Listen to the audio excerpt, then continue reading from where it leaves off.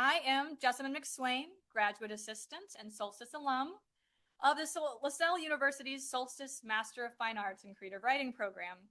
Welcome to the fourth in a series of 8 evening readings taking place here in Auburndale, Massachusetts, as a part of our July 2026 10-day residency and the start of our fall semester.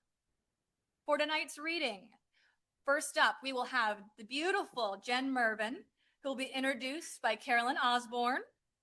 Then we will have the illustrious Laura Williams McCaffrey, introduced by Aislinn Fair. And finally, we'll conclude with our industrial and poetic Spotlight Poet Mary Simmons, who will be introduced by our fearless second leader, Quentin Collins.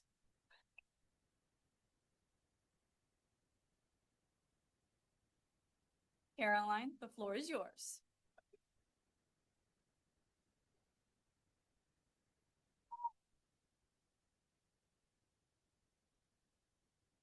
Yes, please. Thank you. Hello. Hello. So, Jennifer Murvin is creativity incarnate.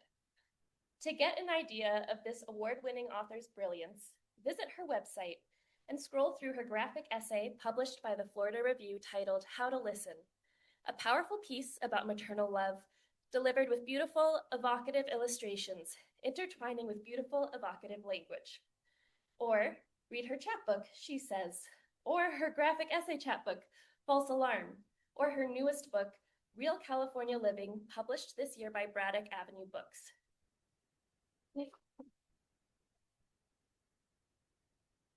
So we know Jen is an amazing writer and artist, but she's also an incredible educator. Not only does Jen mentor and teach at Solstice in 3 of the 5 genres, and sometimes in the others as well, she also teaches a host of creating writing subjects as Associate Professor of English at Missouri State University. Jen's creativity is as expansive as her knowledge and generosity. When guiding her students on craft analyses and critical theses, she pulls relevant sources and references out of her brain like it's Mary Poppins' bag. As my mentor, she expanded my world of what is possible and kind of blew my mind by introducing me to graphic medicine, a medium where comics and healthcare intersect.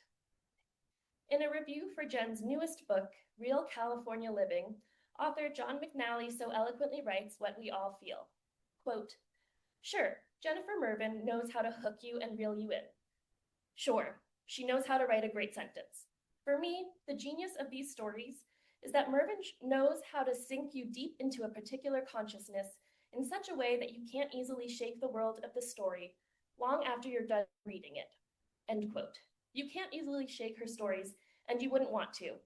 We are so lucky to have her on the faculty at Solstice and to get to listen to her read tonight. Please join me in welcoming to the stage Jennifer Murvin.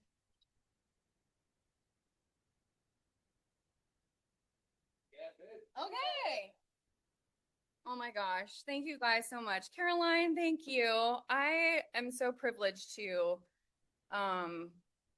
be all of your reader and your student and your friend and your colleague. And I truly mean it when I say that it is the gift and honor of my life to be in community with this group of people.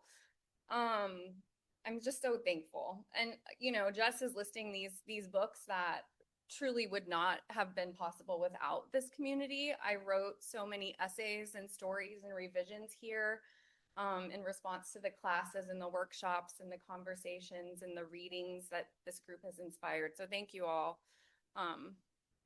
so much. And thank you to Meg and Quentin for your wonderful leadership, and the talented Jess. Where are you? There you go. Hi. And Maurizio for holding us all together, and Laura and Mary, it's a gift to share the stage with you both tonight. Mary, thank you for that great interview. Tonight, I'm going to be reading a graphic essay. It is very new. It is untitled. I'm doing this again because Meg gave me the most beautiful title for my last untitled essay, so no pressure.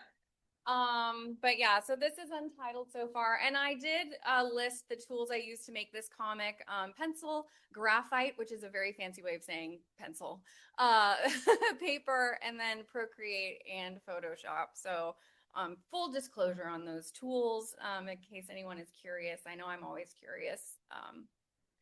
So here we go. I'm going to quickly just move this little screen out of my way.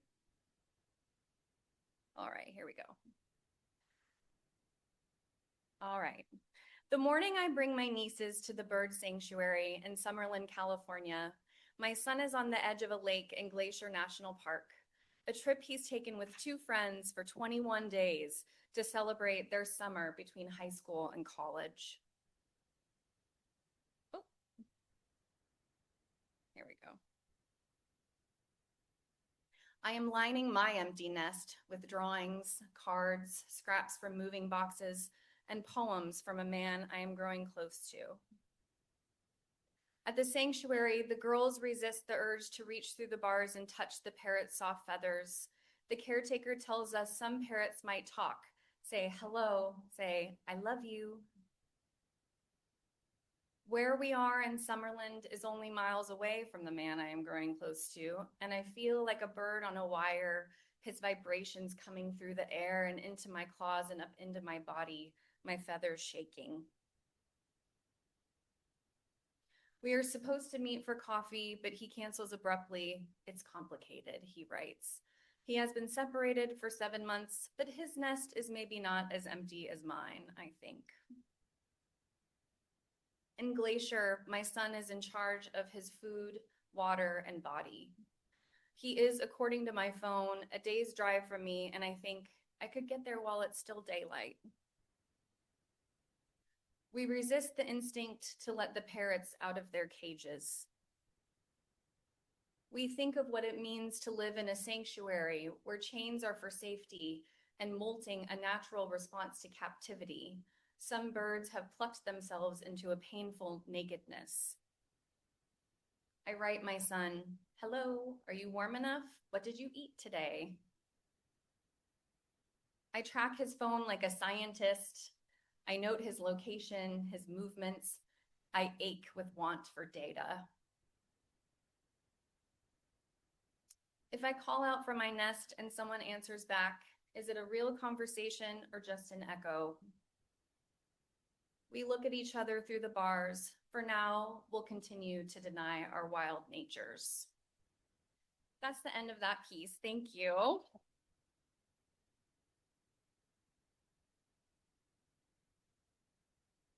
And this is just what the pages look like. And then I did want to, full disclosure, show you a drawing I didn't include because it was so ridiculous.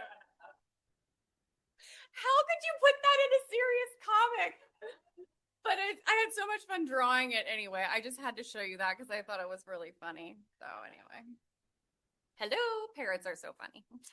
So I'm going to read 2 very short flash essays that are speculative essays to kind of maybe plug my class tomorrow on speculative memoir. So these are 2 pieces.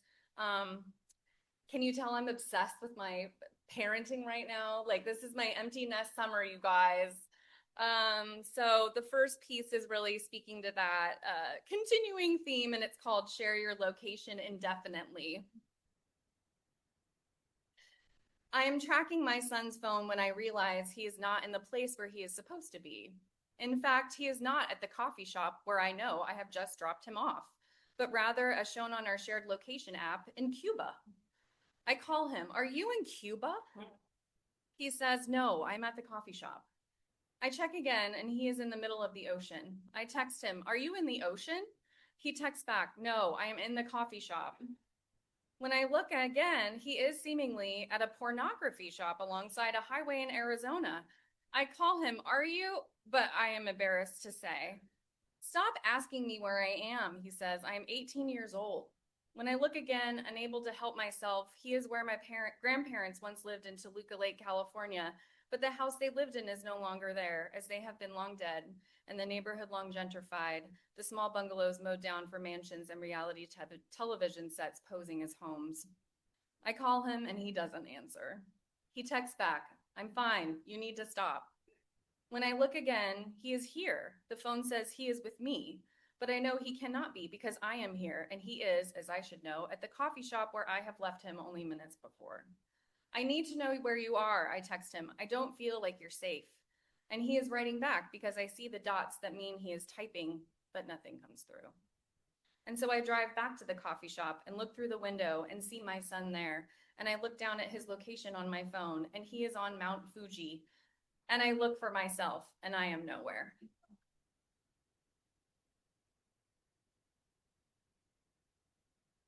Thank you. Thank you. This one's slightly longer. This one is called Mom to You, and it was published in an anthology called Parenting Stories Gone Speculative. And this one is really inspired. I feel like parenting, I love being a mom. As I know this is a lot of like anxiety coming through in my writing, but I love being a mom. This one is really about the anxiety I would feel co-parenting him when he was little and sharing him back and forth. So this story was really a way to work through those feelings in a speculative mode. All right, Mom to You, as this is called. My boy brought the mask home from a sleepover party at a friend's house. He wore it as he walked up the door, and I giggled at him, knowing he had worn it to make me laugh, to make a little joke for me. It pleased me to know he had thought to put the mask on for my benefit, that on the ride to my house he had made a plan which involved me. Now that he had reached 10 years old, more often I was of use to make food, do laundry, extension of the house or refrigerator, etc. The mask itself was rubber or whatever material creates that stinking, pleasing smell which takes one back to childhood, the excitement over a new toy, ball, pencil case, the particular chemical smell of cheapest distraction, not unholy. It wasn't a Halloween mask, and if the mask was trying to represent a particular figure from history or entertainment, it had utterly failed, or I had missed that era or event or aspect of popular culture. The mask was just a man's face. There was some semblance of facial hair painted on, slightly raised. The eye holes were just large enough for a hit or miss.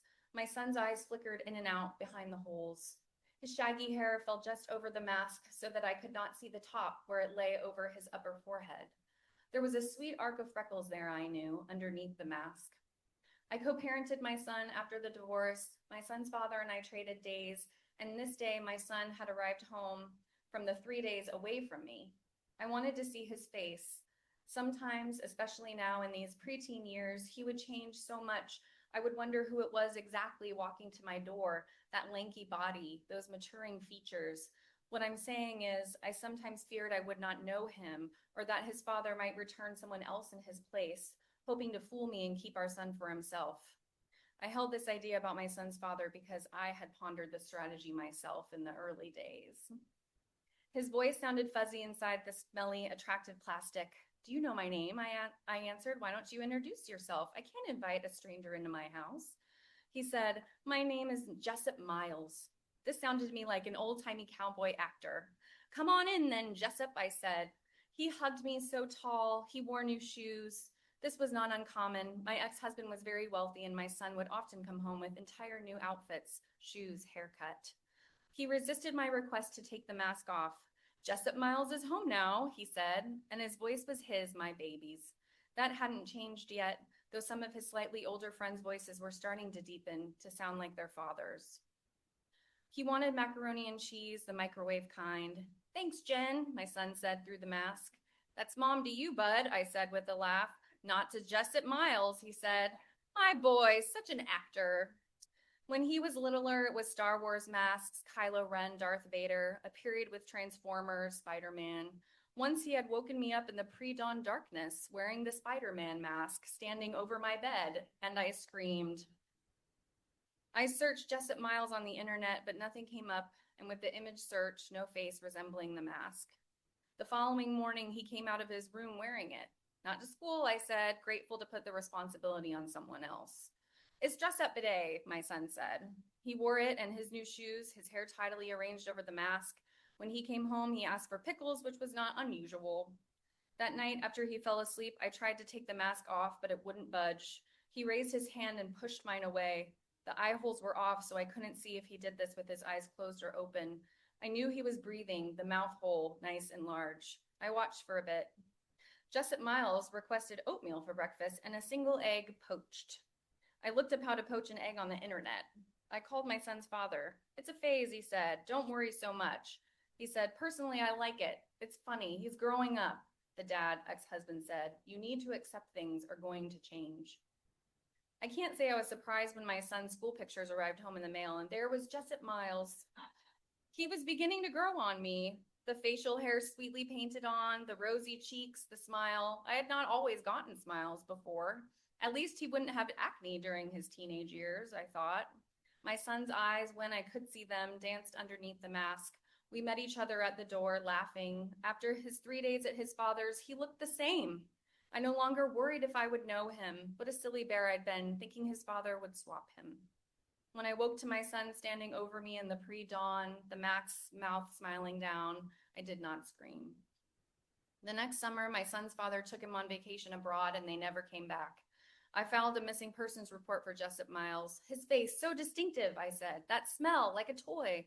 But the investigation turned up nothing. Many decades later, I came to the door after school as I always did, just in case on Wednesdays, the usual day and time to take back the parenting. In the front yard were so many of them, a garden of sons, an audience of Jessup Miles's comforting smiles, their 5 o'clock shadows just right, returned to me at last. I wondered which of them had the arc of freckles hidden there under the plastic, but what did it matter? I invited my children inside. Thank you.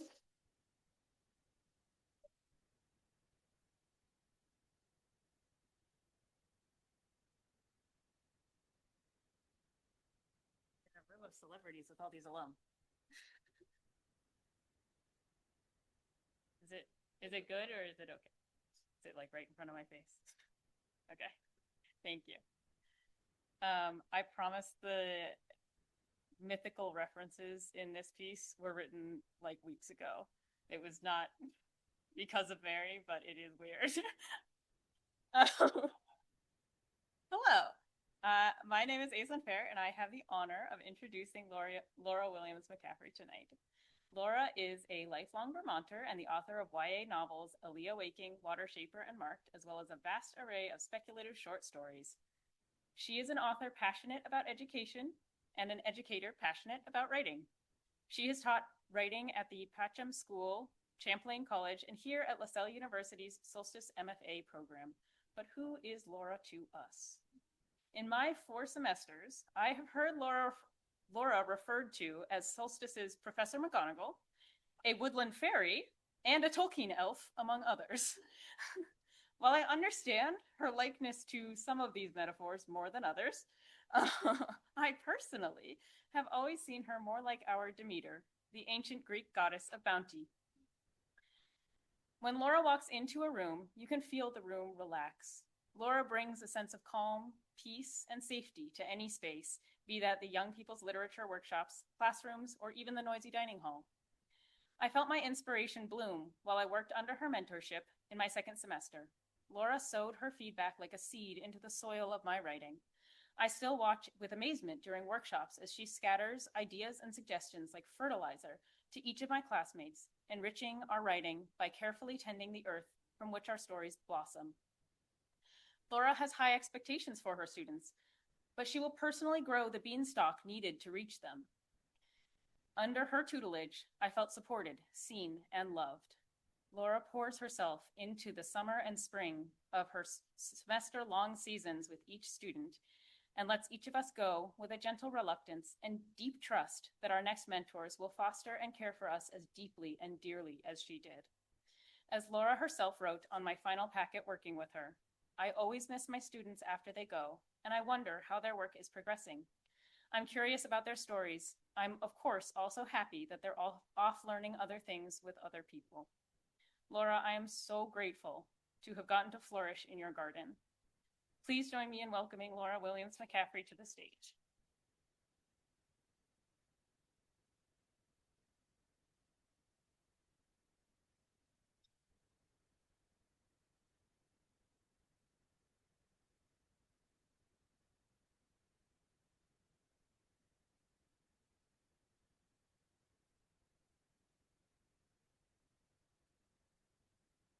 Thank you so much for that. It's really touching. Yeah, a little verklempt.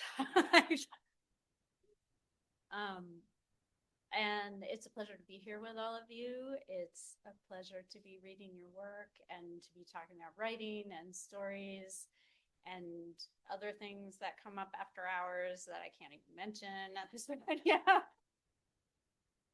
And it's a pleasure to be reading with folks tonight. I'm going to read two pieces. They're both short, kind of flashy.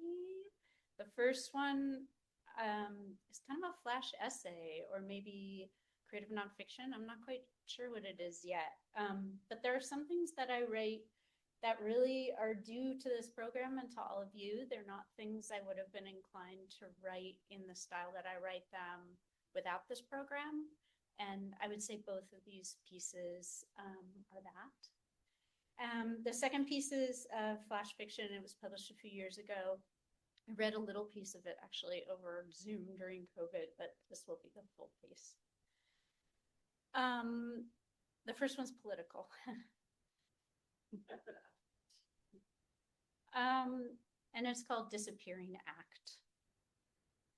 For a college class, I once read Mein Kampf and its ruthless, naked anti-Semitism. I remember thinking as I read it, how could German people not see this tragedy before them? The man was clearly a lunatic, paranoid, furious, full of narcissistic obsessions with his imagined victimization and innocence. I wish I still had these questions, but instead I begin to have answers. In a country where a leader builds facilities into which he disappears people, and when the people he's disappearing are vastly in the minority, the rest of the country simply goes on doing what it does. I don't know why Germany once specifically preoccupied me. This is a country built on disappearing entire nations. Japanese internment, Jim Crow, the vast system of prisons that we continue to fill decade by decade. We don't have to stare at Germany. We have our own homegrown versions of disappearing those whom we both victimize and blame. And now I know so much more clearly how did the days go by. Masked agents disappear people into vast facilities, and yet I get up each morning. I drink my tea, I drive to work, and I teach, preoccupied by my students' reading or lack thereof, their writing struggles. I discuss the petty politics of a small school building, and I laugh at the many indignities that plague the school. I go home and I walk my dog. I do my own homework, I plan, I grade. I tend my begonia, my orchid cactus. I discuss the water heater that my husband and I need to replace. It will cost more than we have to spend, and so maybe we'll need to take another loan. We'll try to save up for it. Money could be moved here and there. Ultimately, our electric bill will be higher. That's simply a cost shift, though, from the gas bill to the electricity bill. We have to replace the water heater soon. There's no denying this. The current one is 20 years old, decrepit and loud. That it has lasted this long is a miracle, so say the various experts who've come in to diagnose its sputtering and thumping. We will scrimp and save and borrow. If we don't replace it soon, we'll risk living for a while without hot water. I look out my window and dream of the snow melting. The snow is beautiful, I'll admit, and the moon makes it glow, creating a shadow day of milky light. Still, I dream of it melting away. I dream of my daffodils shooting their leaves and stems through the damp earth and wood chips. The tops of the daffodil stems will swell. They will open a flare of yellow, like a mouth reaching for the sun. You see how easy it is to forget the masked men?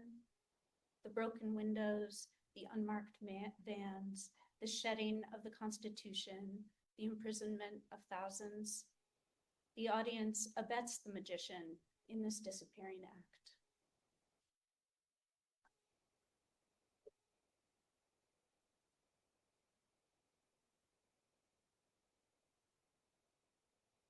And so this one is fiction. It's also about disappearing, but in a different way. It's called Unbecoming. The 10th Street town had no bus station, and so Lena dragged her purple, fading to gray suitcase toward the curve where the bus stop sign stood. Snow fell from the overcast sky onto the brick buildings and concrete sidewalks. It fell in her hair. People in knit hats with tassels and pom-poms walked past without looking at her. She pulled the suitcase slowly over the litter of ice chunks and grit. She held it steady so it wouldn't tip. As she stopped under the bus stop sign, she carefully set it from 2 to 4 wheels as if it was full, even though it was mostly empty. Lena didn't know how she had lost all her things. She had left some behind, mittens on a table in Dunkin' Donuts after she finished a cup of coffee, socks wet from stepping in a puddle of slush that she'd peeled off and dropped in the bathroom of Walmart. But most of her things had lain on the old wooden floor of her bedroom and had seemed to simply disappear, like her Fast and Furious t-shirt and her favorite apron with the dancing kittens. The charm anklet her dad had given her when she graduated high school also had disappeared, along with the charms, the ship, the dolphin, the lighthouse, the running horse. Also the charm she'd found and added, the baby in a blanket. She remembered taking the anklet off. She remembered dropping it on the floor by the mirror. One day it was there, and the next it was gone.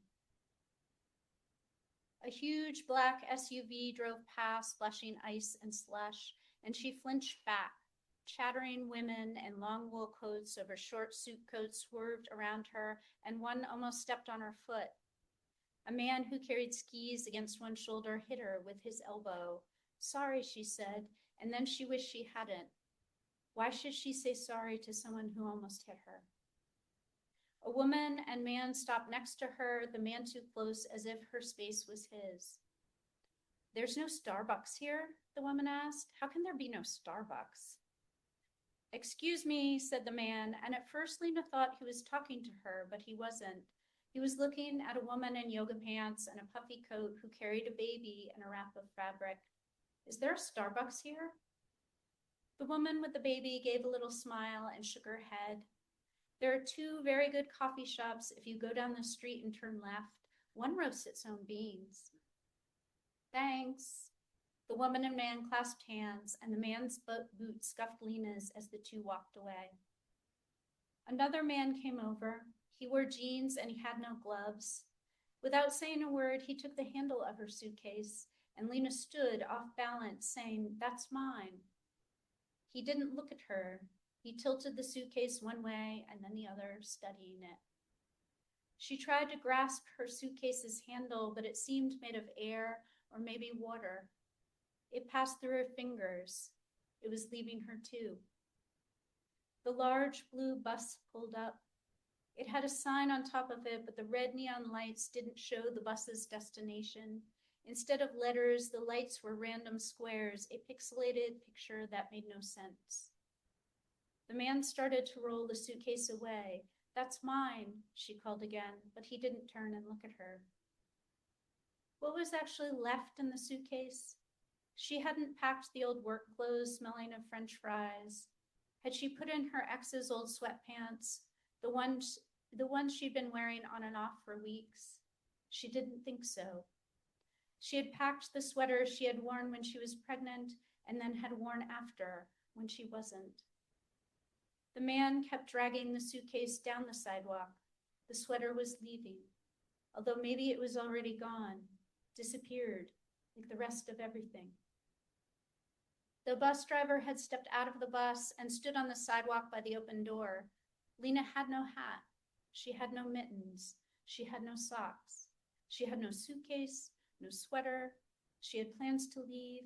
That's all she had. She walked to the bus driver. Where is this bus going? He was an older man with wrinkles and watery eyes.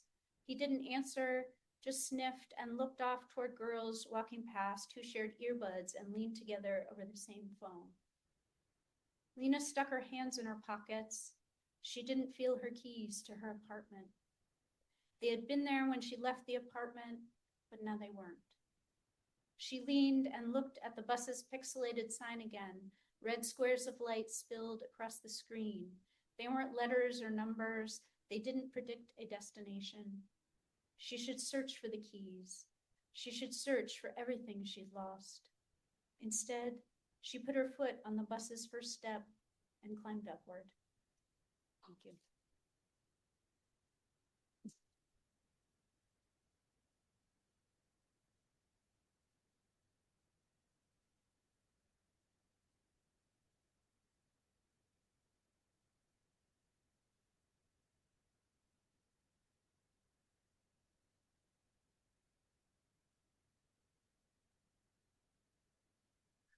Hello, I am Quentin Collins, Solstice MFA program alum and associate director, here to introduce our 4th annual Spotlight Poet Mary Simmons. Established as a re-envisioning of our long-standing Cave Canem Partner Poet program, the Spotlight program expands our mission to celebrate voices from underrepresented communities, as well as uplift the work of emerging writers who have at most 2 full-length books. Each year, we partner with a new organization who nominates a poet to feature in a reading that is open to the public, as well as the Q&A that our students, faculty, and alums attended earlier during our summer residencies. Our past partners include Kundiman, Sundress Publications, and Mass Poetry. We owe a ton of gratitude to faculty at large Nicole Therese Dutton, who originally underwrote the Spotlight Poet program, and now faculty member Ian Haley Pollock, and alum Deborah Bono, who now underwrite the program. So thank you to you too.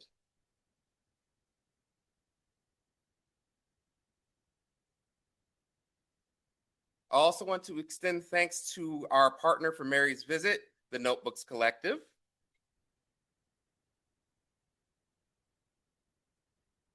So for those of you who somehow still don't know by this point, and you should, the Notebooks Collective is a virtual literary art space focused on community, that sounds familiar, connection, and continued learning, created and run by Solstice alums Lisa Allen and Becca Connors. It hosts regular events such as readings, conversations, and sessions where writers can come together and submit their work for publication, among many other fascinating and innovative formats. So thank you for partnering with us. And now to Mary. Mary Simmons is a queer poet from Cleveland, Ohio. Her work has appeared in the Baltimore Review, One Art, Tramset, Moon City Review, Variant Lit, The Shore, and elsewhere. Additionally, Mary is the author of Mother, Daughter, Auger. There we go. I'm getting there. Which is available from June Road Press and on that table. So buy that book when this reading is over. It's already sold out. Look at that.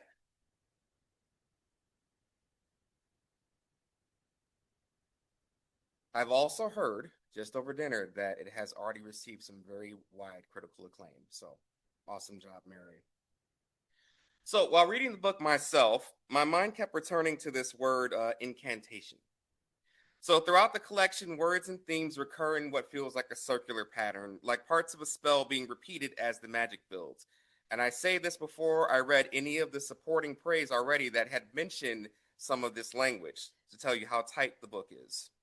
So in this way, the book itself feels like the cauldron, with the poem spinning in the potion as Mary stirs imagery of nature, mysticism, womanhood, and what lies between the human and spiritual realms. The language and syntax give a music to the poetry that drives from start to end. And here's an example from the poem Waxing Waning. And so just listen to the recurrence here.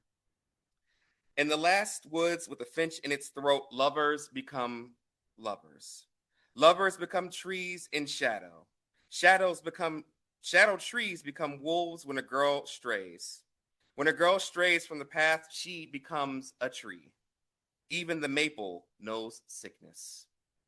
So I would have loved to read more, but you need to actually just get the book so you can experience it yourself. So in this way, the work keeps at its turning until you are enchanted and perhaps even haunted somewhere between here and the juniper and other trees that live in these poems. So it should come as no surprise that Mary lives at the edge of the woods with her cat, Suki. Now, would you all give a big round of applause and welcome up Mary Simmons?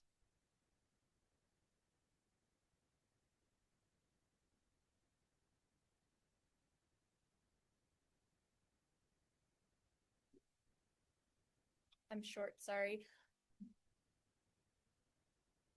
Don't touch the mic. I'm so sorry, guys. Okay, is this good? Are we good? Awesome. Thank you, Quentin, for that wonderful introduction. Thank you, everyone, for being here. It's honestly such an honor. It's been so much fun being here. I'm going to read a few poems from the book, and then one new poem that I wrote a little more recently, as yet unpublished, a little teaser. And if you were at my little interview, my Q&A earlier today, you may have heard us talk about Self-Portrait as Sapphic Persephone, which is the longest poem in the book, and that is what I am going to be starting with reading today. So this is Self-Portrait as Sapphic Persephone. 1. As above, so below. I am planting pomegranate seeds. I am halving pomegranates, spooning out the seeds, letting them bloody my hands as I drop them into damp soil. I smooth funeral mounds over pomegranate seeds. I say a prayer for pomegranates. I lick the juice from my fingers. 2. When I leave the garden, they will weep for me, will smear ash across their lips, will stitch my name into the sides of the fish they send back. Who am I if not their begonias? They turn at the thought of unpetaled flesh, of a girl more body than switchgrass, more bone than mud. Who am I if not a child, dew-plucked, feverish? They scatter their duck bones to divine some cure for me, but I am impossible. That's what their bones say, what the stories say, what the dirt road says when it kicks up behind me. 3. Hades, you are more woman than God. You ask me to braid your hair, even though I never learned. And you sit still, pass me a ribbon, lend me your quiet. I think I am starting to learn. And sometimes I do miss the snow. I miss trailing a finger through window frost and knowing the difference between warm and enough. There are 1,000 little griefs I carry the same way you carry yours, and it isn't shame that keeps us here. I learned shame as marble beads, windless heat, a caw that cannot be named unless you are willing to name yourself.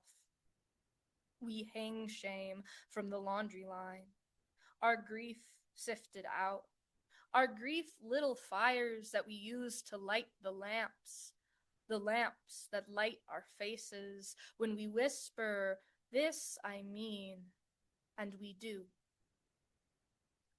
4. When I leave the garden, they will say I'm doomed. They will, and I will not stop them. 5.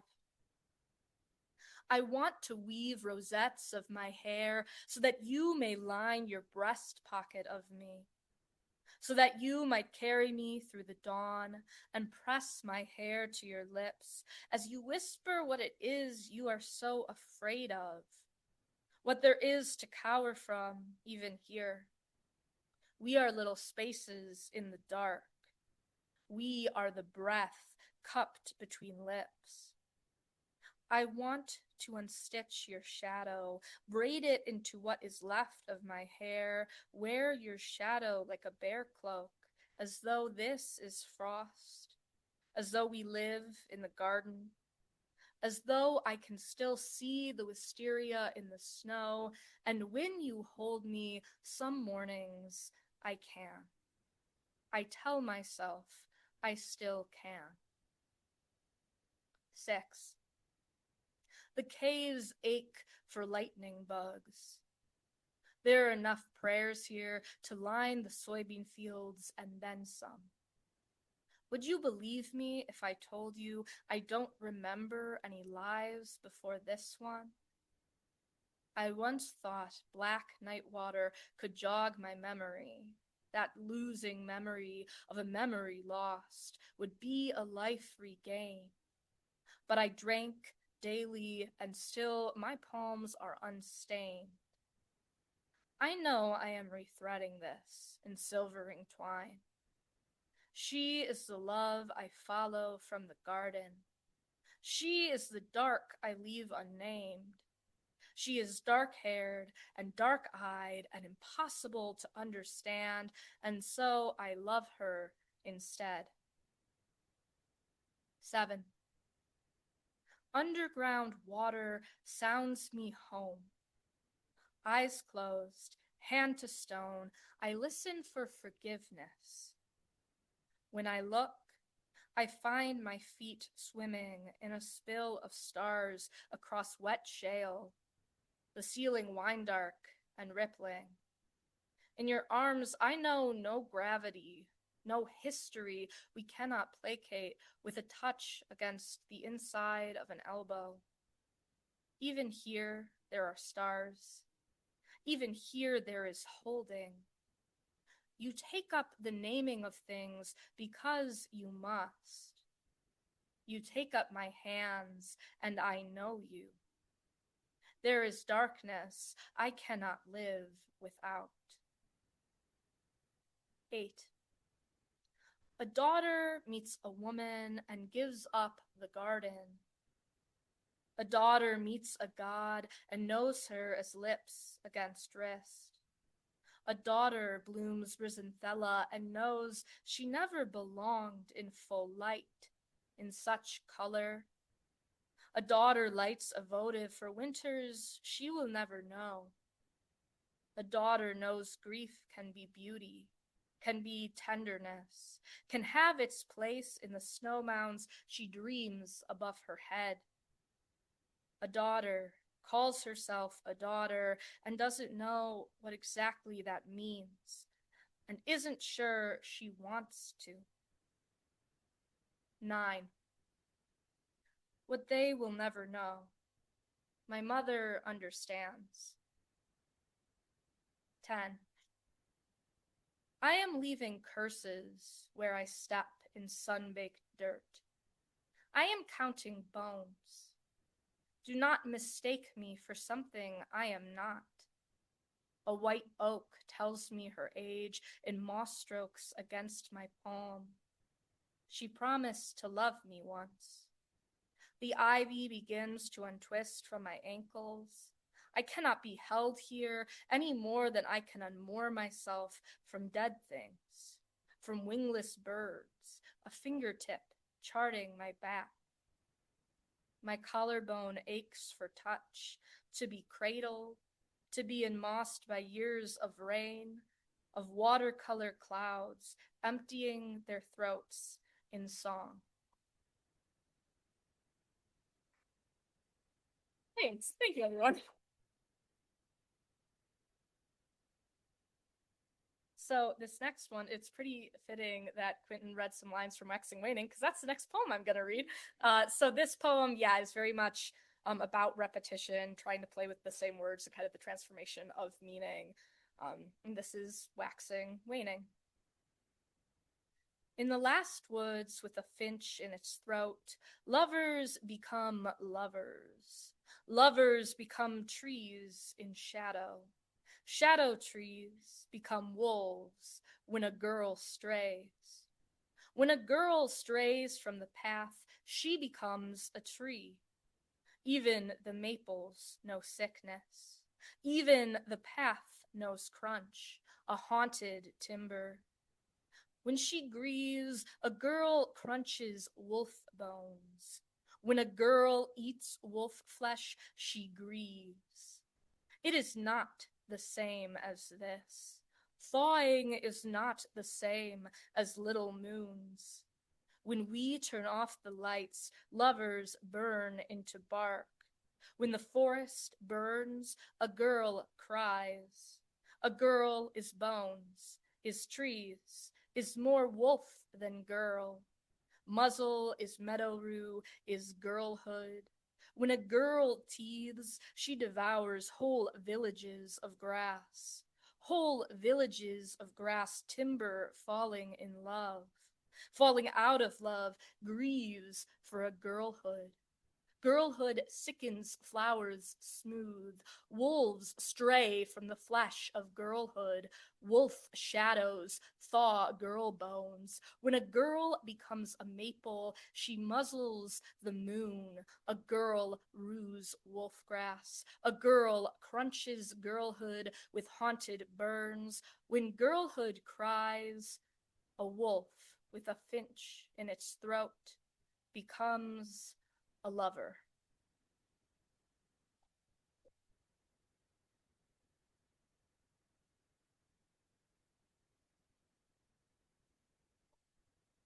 This next one is called Insomnia in a Blue Glass Bottle. The moths are going out like candles, one by one, drifting to the sand. And the church bells know we're dying. And the church bells ring and ring and ring, and all the little lights are bodies we thought we could name. It's true, isn't it? That the act of living is dying, is cornflower, is a windstorm confined to our wingspan, is a checkerboard, is not knowing when to go.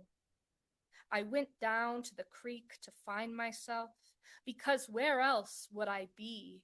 But the lightning bugs were all dark, all sound, all next life, when they should have been beautiful. And it's not enough, carving this self from the spit of the world. When the smoke clears, I'll pack my things and teach the scattered bits of moth to prey. I am devouring reeds, and the reeds, like a snake, eating its tail, are devouring me. If this isn't regret, I'll line my lungs with ghosts, with blood, with grass between their teeth.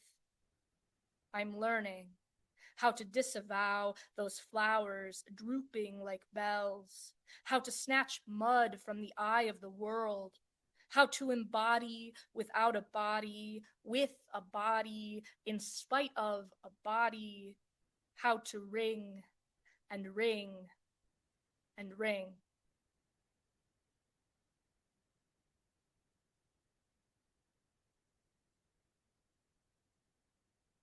And I'm going to do one last one from the book. This is When the Story Ends.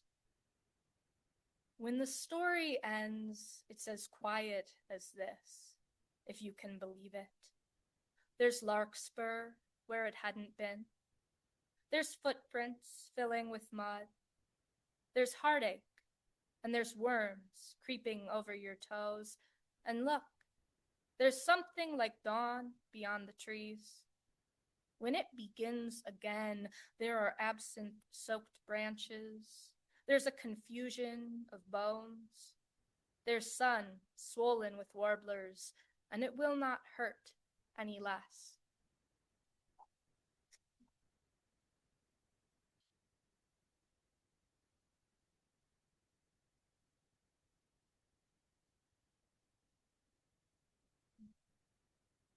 That is so strange. What did my document do?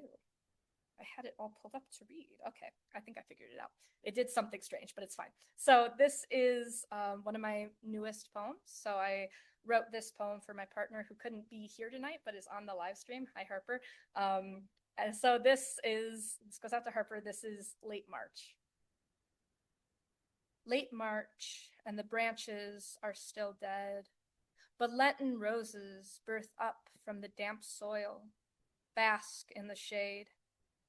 We first mistook them for English primrose, the woman I will marry and I, seeing them by the stonework, rich over earth, still rain-fed and dark. But they were Lenten roses, she later learned, with their veined petals, silk-thin and burgundy, a shade of bruise, a little vibrancy for the heel. Yes, how this, too, is a benediction of the slumber months. the syrup months, the months when we held a hand above our eyes to see the sun over the snow. How we counted the frosts on our fingers, then started again. How we charted the stars in good faith. Any moment now, the earth could wake, is waking, is fluttering her leafy skirts out from the litter fall, the Lenten roses blushing, drawing their petals loose about, indulgent little blooms. How we never noticed them until we noticed them. The honeyed crown at their center, sepals cupping petals, a hand in a hand. Thank you.